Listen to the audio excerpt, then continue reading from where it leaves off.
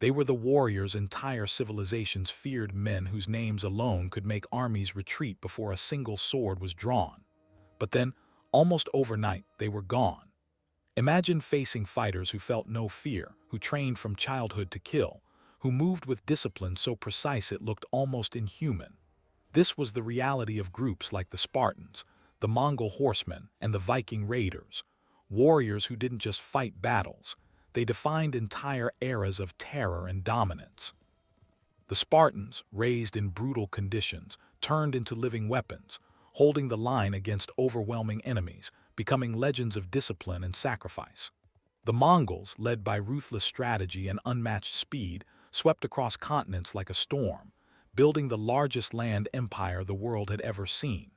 And the Vikings, emerging from the mist of the north, struck without warning, leaving destruction and fear in their wake. But here's the part history doesn't always explain clearly. If they were so powerful, so unstoppable, why did they disappear? The answer isn't simple, and that's what makes it even more fascinating. Some were consumed by the very empires they built, like the Mongols, whose vast empire became too large to control and slowly fractured from within.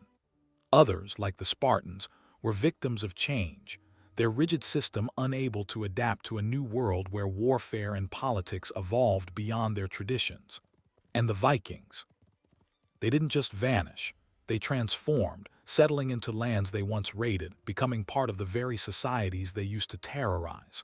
It wasn't weakness that ended them, it was time, change, and the unstoppable evolution of the world around them.